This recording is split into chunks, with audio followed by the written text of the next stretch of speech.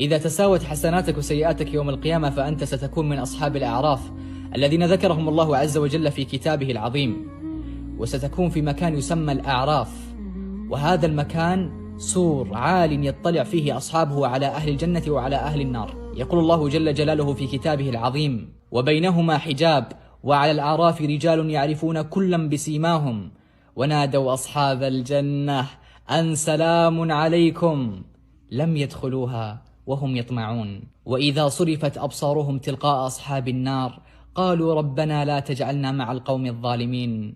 طيب ما مصير هؤلاء الذين تساوت حسناتهم وسيئاتهم؟ يدخلهم الله جل جلاله الجنة ويقال لهم: ادخلوا الجنة لا خوف عليكم ولا أنتم تحزنون. ما أرحم الله، ما أجمل الله، ما أكرم الله جل جلال الله.